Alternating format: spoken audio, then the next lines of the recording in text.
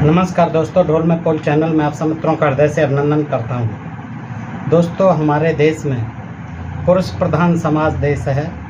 पुरुष प्रधान समाज ने कभी भी स्त्रियों को वो सम्मान नहीं दिया जिसकी कि उन्हें अपेक्षा रहती है। दोस्तों, जितना सम्मान उन्हें मिलना चाहिए, क्योंकि जगजननी कहलाती है, सृष्टि की जननी कहलाती है, माता, बहन, पत्नी आदि तमाम रूपों में जो है समाज के पालन का काम करती है। समाज के लिए अपना वर्चस्व सब कुछ निछावर कर देती है।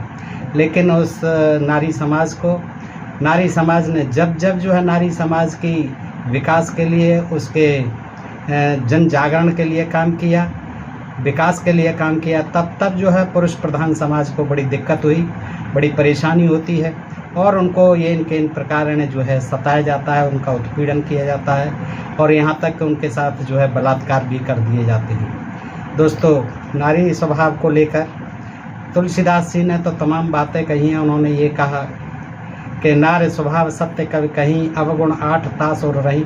उन्होंने तो नारी को जो अवगुणों की खान बता दिया। तमाम धार्मिक ग्रंथों में जो है नारी को अवगुणों की खान बताया गया है। और तुलसीदास जी ने आगे फिर जो है शूद्रों से तुलना करते हुए, पशुओं से तुलना करते हुए साफ लिख दिया कि ढोल गंवार शूद्र पशु नारी सकल ताड़ना के अधिकारी। तो दोस्तों, हमारे समाज में कहने की बात है कि यत्र नार्यस्तु पूज्यन्ते रम्यन्ते तत्र देवता, ऐसी कोई बात नहीं है। समाज जो है कभी भी नारी को वो सम्मान नहीं देता जिसकी वो हकदार है। तो दोस्तों, आज मैं एक ऐसी ही कहानी से आपको रूबरू कराता हूँ जो कि 22 सितंबर 1992 को घटित हुई थी और जिस घटना ने जो है देश विदेश को जो है एकदम स्तब्ध कर दिया था, हिला के रख दिया था। ये नारी सशक्तिकरण के खिलाफ जो है नारी को दबाने का, नारी के साथ जो है बलात्कार करने की एक ऐसी कथा थी जिसने कि समाज को बिल्कुल जो है स्तब्धित कर दिया था। दोस्तों, बड़ा एकदम जो है हैरत में डाल दिया था कि आखिर ऐसा भी हमारे यहाँ होता है स्त्रियों के साथ। तो दोस्तों, ये जिस स्त्री के साथ हुआ, जिस नारी के साथ हुआ, उसका नाम था साथिन भंवरीबाई और ये बड़ी चर्चित रहा ये केस है देश विदेशों में। और आज तक भी शायद ये केस जो है अभी फाइनल नहीं हुआ है और लंबित है अदालतों में। तो दोस्तों, आज मैं उसी साथिन भंवरीबाई की गाथा और उसकी व्यथा कथा जो आपके सामने रखता हूँ, जो बड़ी मार्मिक है। दोस्तों, इससे आपको ज्ञात होगा कि किस तरह से उस पिछड़ी जाति की स्त्री के साथ जो है गांव के दबंगों ने उसके साथ जो है शोषण किया, उसका अत्याचार किया और उसके साथ में फिर बलात्कार भी किया। दोस्तों, और केवल ये था कि वो बाल विवाह को रोकने की दिशा में काम कर रही थी और उन सशक्तों के परिवार में जो है, दबंगों के परिवार में उसने एक बाल विवाह को रोकने का प्रयास किया था। उसी से रुष्ट होकर, यानी उन्होंने जो है नाराज़ होकर उसको विरोध को देख करके उसके साथ जो है बलात्कार की घटना की थी। दोस्तों, जिसकी जो है बड़ी निंदा हुई थी और ये जो है बड़ा चर्चित केस रहा था। उसी साथिन भंवरीबाई के बारे में मैं आज आपको सप्रमाण जानकारी देता हूं। दोस्तों, आपको निश्चित ही ये बहुत अच्छी लगेगी कहानी जो है। आइए सुनते हैं। अनपढ़ गरीब मजदूरी करने वाली भंवरीबाई ने अपमानित किए जाने पर भी बाल विवाह रोकने, बच्चों को शिक्षा दिलाने और अधिकारों के शोषण के विरुद्ध जो संघर्ष किया वह सराहनीय है। उसने अपने ऊपर होने वाले अन्याय के विरोध में जो हिम्मत दिखाई वह गरीब और अनपढ़ स्त्रियों के लिए प्रेरणादायी व प्रशंसनीय है। भंवरीबाई राजस्थान की राजधानी जयपुर से 45 किलोमीटर दूर भटेरी गांव में एक गरीब कुम्हार परिवार में पैदा हुई, जो पिछड़ी जाति में आती है। अपने 2 भाइयों और 2 बहनों में सबसे बड़ी थी। जब वह 11 साल की थी तभी इसकी माँ का निधन हो गया। घर पर खाने का ठिकाना नहीं था। दादा दादी ने कुछ दिन सहारा दिया लेकिन वे भी नहीं रहे। किसी ने कुछ दे दिया तो खा लिया। 5-6 साल की आयु में ही इसका विवाह हो गया। देखिए, राजस्थान में आज भी बाल विवाह होता है ज़्यादातर। हमारे देश में जो है बाल विवाह की प्रथा जो है अंग्रेज़ों ने बंद कराई थी। तो 5-6 साल की आयु में ही भंवरीबाई का विवाह हो गया। 15 साल में गौना हो गया। पहले इतने ही दिनों बाद फिर गौने होते थे, 10 साल बाद, क्योंकि बाल विवाह हो जाते थे। फिर गौने जो है 10-15 साल बाद होते थे। तो 15 साल बाद गौना हो गया, वो ससुराल आ गई और बचपन में उसे पढ़ने का शौक़ था। कई बार पिताजी से कहा, पिता ने कहा खाने को दाना नहीं, पढ़ेगी क्या। सही है, गरीबी खाने को तो है नहीं, आप पढ़ेंगे कैसे। इतने बाद में अपनी बेटी की शादी भी बचपन में कर दी, इसने बाद में अपनी बेटी की शादी भी बचपन में कर दी, किंतु तब तक वह साथिन की ट्रेनिंग नहीं कर पाई थी। भंवरी बाई की मुसीबतें खड़ी हुई जब वह साथिन की ट्रेनिंग करके आई और उस ट्रेनिंग करके गई बातों के अनुसार कार्य करना शुरू कर दिया। सन 1948 ईस्वी में केंद्र सरकार के सहयोग से राजस्थान सरकार ने महिला विकास कार्यक्रम शुरू किया। यह कार्यक्रम साथिन आंदोलन के नाम से जाना गया। इस आंदोलन में सर्वोच्च पद पर सरकारी अधिकारी और सबसे नीचे साथिन थी, जिनकी संख्या 800 थी। 1985 ईस्वी में 800 गांव की 800 औरतों को चुनकर उन्हें साथिन की ट्रेनिंग दी गई। ट्रेनिंग में लड़के लड़के में भेद न करना, बाल विवाह बचपन का खिलवाड़ इसे रोकना, प्रसव के वक्त साफ सफाई रखना, लड़कों के साथ लड़कियों को पढ़ाना, न्यूनतम मजदूरी, अपने हक के लिए लड़ना आदि बातें बताई गई। इसलिए मजदूरों से बताई गई 21 दिन की ट्रेनिंग पूरी कर वापस आई। उस समय अवर्षण से यानी वर्षा नहीं हुई थी, अकाल की स्थिति हो गई थी, इसलिए मजदूरों से मिट्टी काटने फेंकने का काम कराना पड़ा। 80 मजदूरों में भंवरी देवी भी थी। 15 दिन तक तहसीलदार ने उनकी मजदूरी नहीं दी, तो उसके साथ ही मजदूरों ने कहा कि तुम साथिन की ट्रेनिंग करके आई हो, हमारी मजदूरी दिलाओ। भंवरी देवी के साथ एक दिन सब तहसीलदार के यहाँ पहुँचे। लड़ाई काफ़ी लंबी चली, लेकिन अंततः उनकी मजदूरी मिली। मजदूरों में संदेश गया कि हक के लिए लड़ाई करना आवश्यक होता है। इससे भंवरी देवी की साख बढ़ी।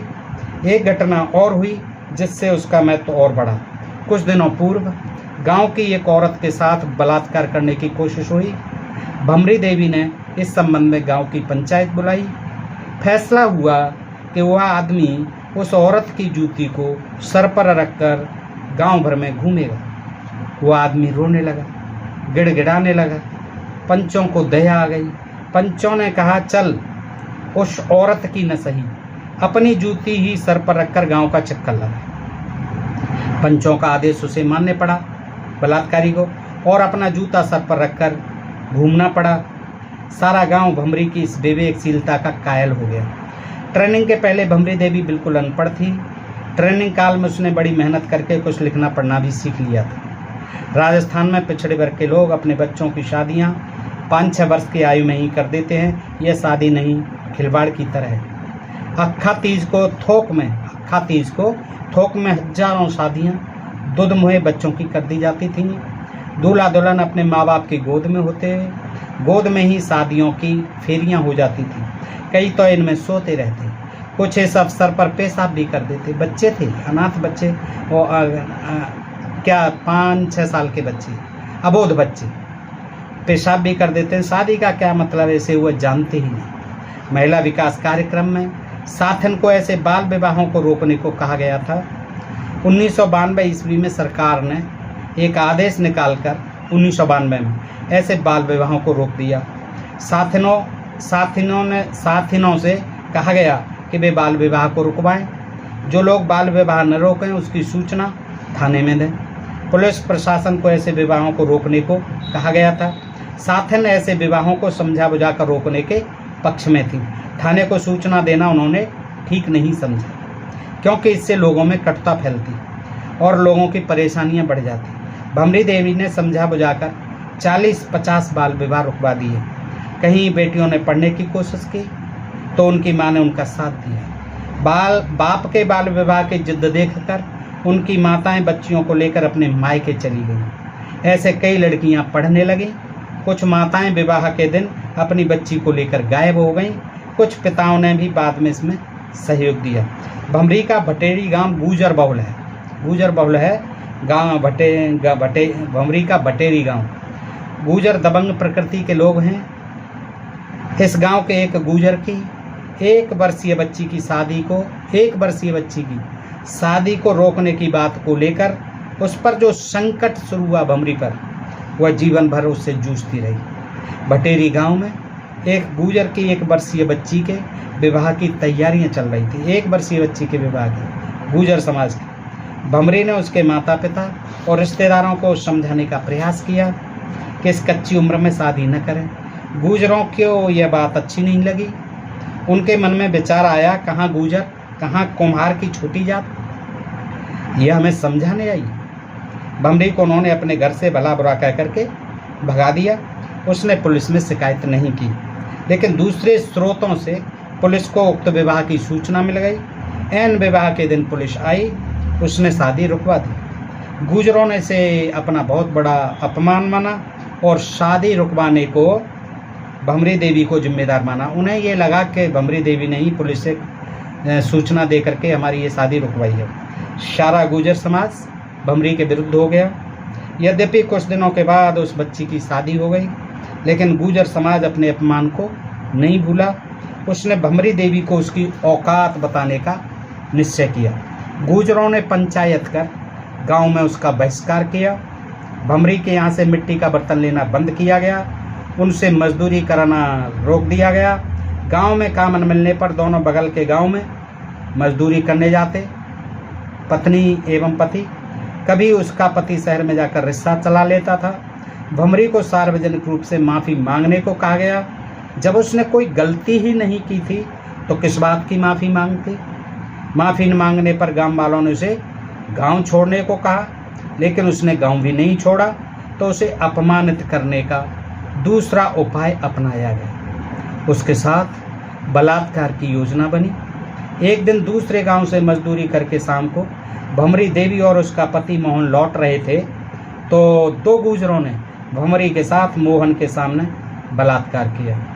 मोहन को 3 गुजर घेर कर खड़े रहे, उसके पति को। फिर अन्य तीनों ने बारी बारी से उसके साथ बलात्कार किया। यह हादसा 22 सितंबर 1992 ईस्वी को हुआ। भमरी मोहन सख्ते में रहे। यह घटना जब गांव के बुजुर्गों को बताई गई तो उन्होंने सहानुभूति तो दिखाई, लेकिन कुछ करने का साहस नहीं दिखा सके। दूसरे दिन भमरी और प्रचेता ने, जो साथिनों का पुरुष कार्यकर्ता होता है, बस्सी थाने में रिपोर्ट दर्ज कराई। डॉक्टरी रिपोर्ट 2 दिन बाद कराई गई। जाहिर है इससे सबूत मिट गए। 2 दिन बाद रिपोर्ट कराई गई, इससे सबूत मिट गए थे। रिपोर्ट दर्ज कराकर जब वे घर वापस आए तो दूसरा सवाल खड़ा किया गया कि थाने में रिपोर्ट दर्ज क्यों कराई। इसको गांव की बदनामी माना गया। भमरी पर दबाव डाला गया कि यह रिपोर्ट वापस ले, नहीं तो गांव छोड़ दे। गांव के लोग बलात्कारियों के आवाज़ मिलाकर कहते भमरी झूठ बोल रही है। इस उम्र की कुम्हारिन पर भला ऐसे इज्जतदार लोग बलात्कार कर सकते हैं। भमरी ने गंगा जल लेकर कसम खानी चाहिए तो उसे गंगा जल ही छूने नहीं दिया गया। बेटे के सर पर हाथ रखकर कसम खाई तो उस पर विश्वास नहीं किया, गंगा जल अपवित्र हो जाएगा, ये कह दिया गया। और बेटे के सर पर हाथ रखकर कसम खाई तो उस पर भी विश्वास नहीं किया गया। उसने न तो रिपोर्ट वापस ली और न गांव छोड़कर ही गई। उसने कहा मैं गांव की साथिन हूँ, गांव कैसे छोड़ सकती हूँ। 27 सितंबर 1993 ईस्वी को केंद्रीय जांच ब्यूरो यानी CBI की रिपोर्ट आई। उसमें बलात्कारियों को दोषी पाया गया, लेकिन एक को पकड़ा गया, बाकी घूमते रहे। न्यायालय के आदेश पर बाकी 4 अपराधियों की जमानतें खारिज हो गई। इस मामले में राजस्थान ही नहीं, देश के महिला संगठनों ने भमरी बाई का साथ दिया। बरसों की लड़ाई के बाद अदालत का फैसला तो आया, किंतु इंसाफ नहीं मिला। अदालती फैसले ने भमरी के चरित्र पर ही सवाल खड़े कर दिए। उस फैसले में कहा गया था, इतने प्रतिष्ठित लोग नीची जाति की औरत पर बलात्कार नहीं कर सकते। इस किस्म की औरतें झूठ ही बोलती हैं। भमरी पर दुख का पहाड़ टूट पड़ा, लेकिन भमरी टूटी नहीं। आखिरी दिन अदालत में एक पत्रकार का जवाब देते हुए भमरी बाई ने एक महिला पत्रकार से कहा, इंसान जब खुद के लिए जीता है तब तक उस पर दुख भारी पड़ता है। जैसे ही वह समाज के लिए जीने लगता है वह दुखों पर भारी पड़ जाता है। उसके साथियों ने अदालत के फैसले के खिलाफ अपील कर रखी है। देखिए उसमें क्या होता है। भमरी और उसके पति के चरित्र ने समाज को रास्ता दिखाया है। बलात्कार पीड़ित महिलाओं का कोई दोष नहीं होता, इसलिए उनको अपमानित नहीं करना चाहिए, बल्कि उनके संघर्षों में उनका साथ देना चाहिए। बलात्कार पीड़ित महिलाओं में आत्मग्लानि नहीं आनी चाहिए, क्योंकि इसमें वह निर्दोष होती हैं।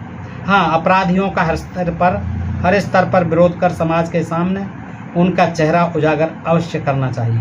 इसके लिए वह अपनी जूतियों का प्रयोग कर सकती हैं, बलात्कारी की आंख में उंगली घुसेड़ सकती हैं या दांतों से उसे किसी अंग का मांस काट सकती हैं। भंवरी देवी पर जगमोहन मुंदड़ा ने भंवर फिल्म बनाने की घोषणा की। उसने प्रचार किया कि उसने भंवरी देवी से इस फिल्म पर सहमति ले ली। उसने उसके जीवन के बहुत से पहलुओं को सही नहीं दिखाया। उसने प्रचारित कर दिया, 5 लाख रुपए भंवरी देवी को दिया है, लेकिन उसने उसे फूटी कौड़ी भी नहीं दी। भंवरी के घाव को कुरेद कर उसे और दुखी करना था। मुकदमा लड़ने की उसमें सामर्थ्य नहीं थी। साथिन रूप में भंवरी के प्रयास से ही अब उसके गांव भटेड़ी की 150 लड़कियां स्कूल जाती हैं। उसकी लड़की जिसका गौना गया था, उसके पति ने स्वीकार नहीं किया। उसने BA पास कर लिया। यह भी अपनी माँ के संघर्ष के रास्ते पर चलने को कृत संकल्प है। उसके बच्चों को भी स्कूल में अपमान का सामना करना पड़ा, लेकिन भंवरी है कि अन्याय के खिलाफ संघर्षरत है। भंवरी देवी के साहस संघर्ष को देखकर अनेक संस्थाओं ने उसे सम्मानित किया है। 1994 ईस्वी में उसे नीरजा भनोत पुरस्कार से सम्मानित किया गया। नीरजा भनोत ने पैन एम के एक विमान में यात्रा कर रहे यात्रियों को बचाने में अपनी जान दे दी थी। नीरजा भनोत ने उसके परिजनों ने शहादत के बाद ट्रस्ट बनाकर इस पुरस्कार की स्थापना की थी। मानवीय मूल्यों के लड़ने वाली महिलाओं को यह पुरस्कार दिया जाता है। इससे भंवरी को अपनी अदालती लड़ाई का साहस मिला। 1996 ईस्वी में भारतीय दलित साहित्य अकादमी ने वीरांगना झलकारी बाई पुरस्कार देकर उसे सम्मानित किया। पुणे के एक पत्रकार मिलूण सारिया जणी ने अपने सालाना जलसे में उसे विशेष अतिथि बनाया। 1986 ईस्वी में रोटरी क्लब ऑफ पुणे ने उसे चिंगारी उपाधि दी। 2002 में स्त्री अधिकार संगठन ने दिल्ली विश्वविद्यालय में स्त्री अधिकार सम्मान से सम्मानित किया। भंवरी देवी पर कुछ कवियों ने कविताएं लिखी हैं। श्री मेवालाल परमदास ने एक कविता भंवरी बाई पर लिखी है, जो दोस्तों बहुत ही बार में कह सुनिएगा। भट्टेरी भंवरी बाई का गांव था, उस पर उल्टा होने का पंचायती सुझाव था। जीवन में नारित्व सम्मान से रहने का शौक था। सवर्ण सामंत के विरुद्ध जुबान खोलने का दोष था। वह दृढ़ता से खड़ी थी, यह सबसे बड़ा सबूत था। पूर्वासी और पुलिस उसके विपरीत थी। भंवरी की आंखों में आंसू का सैलाब था। शूद्र बाला का साहस विशाल था। गंगा जली लाओ, मैं कसम खाऊंगी, जो मेरे साथ बलात् जो घटा है मैं सच सच बताऊंगी। अरे तेरे छूने से गंगा जल अशुद्ध होगा। भंवरी बेटे के सर पे हाथ रख कसम खाती है। बिलख बिलख आप बीती सुनाती है। ग्राम मुखिया गुर्राया, अरे नीच जात झूठ बोलती है। बद्री व रामकरण सामंत पर बलात्कार का आरोप लगाती है। पंचायत आदेशनामा पढ़ती है। दलित महिला को उल्टा सिद्ध करती है। रपट वापसी का आदेश देती है। भंवरी एक बार फिर दहाड़ मारकर रोने लगती है, मैं जिंदा दफन हो जाऊंगी, पर बस्सी थाने से रपट वापस नहीं कराऊंगी। अरे नीच, यह स्वाधीनता का ग्राम राज्य है। पशु और दलित का कोई चरित्र नहीं होता। भरी सभा में तुम्हारे बयानों से एक उच्च कुल बेमान होता है। अपने कुकर्मों की गठरी समेटो। हे शूद्र नारी, तुरंत यह गांव छोड़ो। जिसे तू कहती है बलात्कार, वह मनु का दिया है सवर्णों को अधिकार। जाओ, सावधान रहो, अपनी जुबान बंद रखना। तुमने देखा है बसमतिया को, अपने ठहरे गर्भ का पिता मालिक का नाम बताया था। हम सब ग्रामवासी ने उसे खुलेआम जिंदा जलाया था। अपने ग्राम का मान बचाने को बचिया, बुधिया, माया, सुमित्रा को जमीन में दफनाया था। तभी बचा था हमारे सवर्णों के गांव का गौरव। तुम जैसी अनंत भंवरी के शीलहरण कांडों को पचाया है और आज भी अबल है हमारे गांव का गौरव। तो दोस्तों, ये देखिए आप किस तरह की ये कहानी जो है मार्मिक है, और शायद आपको बहुत पसंद आएगी, और पसंद आए तो अपने मित्रों को भी अधिकाधिक शेयर करें। अपने प्रिय चैनल ढोल में फूल को सब्सक्राइब करें। और दोस्तों ये कहानी मैंने प्रसिद्ध लेखक डॉक्टर माता प्रसाद भारत में सामाजिक परिवर्तन के प्रेरणा स्रोत इस पुस्तक से आपके सामने रखी। तो दोस्तों आज के लिए इतना ही। सुनने के लिए आप सभी मित्रों का हृदय से आभार। नमस्कार, जय हिंद, जय भारत दोस्तों।